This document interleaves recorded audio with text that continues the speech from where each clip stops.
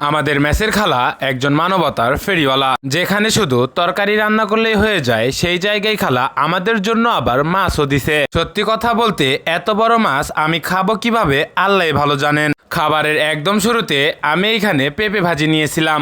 আজকের এই পেঁপে ভাজি অন্যান্য দিনের থেকে অনেকটাই আলাদা। আপনারা যদি ভালো মতো লক্ষ্য করেন তাহলে দেখতে পারবেন আজকের এই পেঁপে ভাজিতে খালা অনেক বেশি কালো জিরা দিয়েছিল। সত্যি কথা বলতে পেঁপে ভাজিতে কেন কালো জিরা দেওয়া হয় আপনারা যদি কেউ জেনে থাকেন অবশ্যই কমেন্ট বক্সে কমেন্ট করে দিয়ে যাবেন। আমাদের খালা লাউয়ের বিকল্প হিসেবেই আমাদেরকে পেঁপে খেতে দেয়। একে তো পেঁপের দাম অন্যান্য সবজির থেকে অনেক কম, তার উপর পেঁপে ভাজি বা পেঁপের সবজি খেতেও অনেক ভালো লাগে। এটার জন্য পেঁপে দেওয়া নিয়ে খালার প্রতি আমাদের কোনো অভিযোগ থাকে না। যাই হোক, আমি এখানে পেঁপে ভাজি দিয়ে ভালো মতো ভাত মেখে 2-1 লোকমা খেয়েছিলাম। আজকের এই পেঁপে ভাজিতে কালো জিরা দিয়ে ভাত দিয়ে মেখে খেতে বেশ ভালো লাগতেছিল। খাবারের একদম শেষে আমি এখানে নিয়েছিলাম বড় মাছ এবং বড় মাছের তরকারি। আজকের এই মাছকে বড় মাছ বললে ভুল হবে, এটা মূলত ছিল বড় মাছের ছোট ভাই। এই ছোট ভাইকে বড় হওয়ার আগে আমাদের প্লেটে আনা হয়েছিল। মাছের পাশাপাশি খালা আবার দয়া করে আমাদেরকে অল্প একটু ঝোলও দিয়েছিল।